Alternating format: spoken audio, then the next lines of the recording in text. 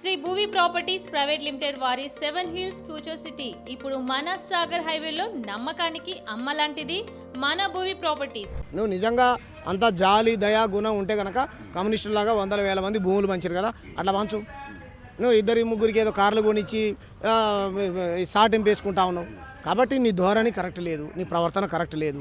నువ్వు మార్చుకో. నువ్వు 2వ తారీఖు పెట్టు. ప్రజలు వద్దనుకున్నారు కాబట్టి గొడవలు అయితే అనేటువంటి ఉద్దేశంతో గవర్నమెంట్ పర్మిషన్ ఇవ్వలేదు తప్ప ఎవరు వద్దంటారు. చేయని బ్రదర్, మంచిదే కదా.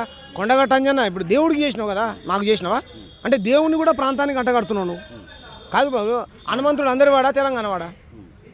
హనుమంతుడు అందరి వాడా తెలంగాణ వాడా? మరి అందరి వాడు కదా, ఏమవుతుంది? సొంత డబ్బులు కాదు, టీటీడీ నుంచి తీసుకొచ్చినావు అంటున్నావు. గుడికి కాదు బ్రదర్, తెలంగాణ వాళ్ళు తిరుమల తిరుపతి దేవస్థానానికి పోయి డబ్బులు వేయట్లే, వేస్తురా లేదా? మరి ఏం మాట్లాడతాడు చెప్పు. కొండగట్ట అంజనం నీ కష్టం ఇచ్చినా ఇయ్యలే కదా. ఇప్పటి నుంచి ఇయ్యకు. నీ కుటుంలో నూతి బుద్ధి బయట సహాయం చేసి చెప్పుకుంటా మాకు అవసరం కూడా లేదు. నువ్వు నీ పార్టీ క్షమాపణ చెప్పాల్సిందే. తెలంగాణ నేలకు, తెలంగాణ సమాజానికి, గద్దరాన అభిమానులకు నువ్వు క్షమాపణ చెప్పాల్సిందే. నువ్వు పొడి చేసుకో. నువ్వు తర్వాత ప్రెస్ మీట్ పెట్టినావు, మళ్ళీ నీ నోట్ల నుంచి డైలాగులు రావట్లేదు ఎందుకంతా? నువ్వు నాకు కోపం వచ్చిందంట, నన్ను గెలుకుతారా అంటారు, మరి మాకు కూడా కోపం వస్తుంది. అంటే ఇప్పుడు యాక్చువల్గా ఇప్పుడు కోపం అనే విషయం వస్తే ఒకటి గుర్తొస్తుందన్న. ఇప్పుడు జనసేనకైనా సరే, జనసేన సిద్ధాంతాలకైనా సరే వాళ్ళ గురువుకు ఓర్పు ఎక్కువ.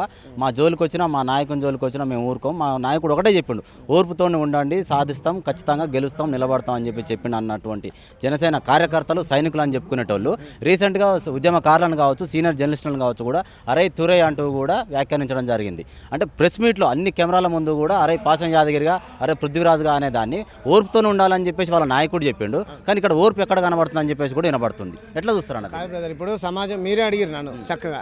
నేను ఇన్నిసార్లు నేను మీలాంటి జర్నలిస్టులు ప్రశ్నలు అడిగినప్పుడు ఛాన్సార్లు సమాధానం చెప్పిన. ఎవరిని కూడా వ్యక్తిగతంగా మేము దూషించాం. డెమోక్రసీ లోపల మాట్లాడతాం. తెలంగాణ ప్రజలు ఒక ప్రజాస్వామ్య వాదనతో కూడి ఉండేటువంటి ప్రజలు వీళ్ళంతా. కాబట్టి మీరు తిడతానంటే అది మీ పార్టీని మీరే దిగదార్చుకుంటారు, మీ నాయకుడి పతారాన్ని మీరే దిగదార్చుకుంటారు. కాబట్టి మాకు తిట్టడం, కొట్టడం, మేము లగడ పార్టీని లాగులు తీస్తా అని అన్నాం, టీజీ వెంకటేశ్వర అన్నాం. అంత మా తెలంగాణకు వ్యతిరేకంగా ఎవడు మాట్లాడినా సరే, దేవుణ్ణైనా సరే ధిక్కరిస్తాం బ్రదర్. మేము ఇది ఒక ప్రజాస్వామ్య డిమాండ్.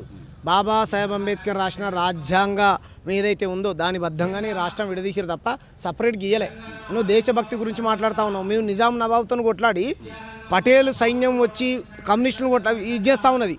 కానీ మేము నిజాంతో కొట్లాడి భారత్లో విలీనమైనాం. మేము జాతీయ జెండాని పట్టుకుంటాం. ఇక్కడ మేము జాతీయ జెండా ఎగురుతుంది. కాబట్టి స్వాతంత్ర ఉద్యమం గురించి నీకు తెలియదు, తెలంగాణ పోరాటం గురించి నీకు తెలియదు, దేశభక్తి గురించి నీకు తెలియదు, ఎటువంటి భాషను వాడాలో నీకు తెలియదు, రాజకీయాలు ఎలా చేయాలో నీకు తెలియదు, నీకు సిద్ధాంతం లేదు. తర్వాత ఫస్ట్ లెఫ్ట్ అన్నావు, తర్వాత రైట్ అన్నావు. మీ అన్న కాంగ్రెస్ పార్టీని తిడుతావు నువ్వు. మీ అన్న కాంగ్రెస్ పార్టీతో పొత్తు పెట్టుకొని కేంద్ర టూరిస్టు మంత్రి పదవి కోసం విలీనం చేసిండు. అది నీ కుటుంబ నేపథ్యం. మీ అన్ననే కదా, ఆ పార్టీలో నువ్వు కీలకమైన పాత్ర వహించినావు. నీకు ఏముంది? నీకు ఐడియా లేదు, సిద్ధాంతం లేదు.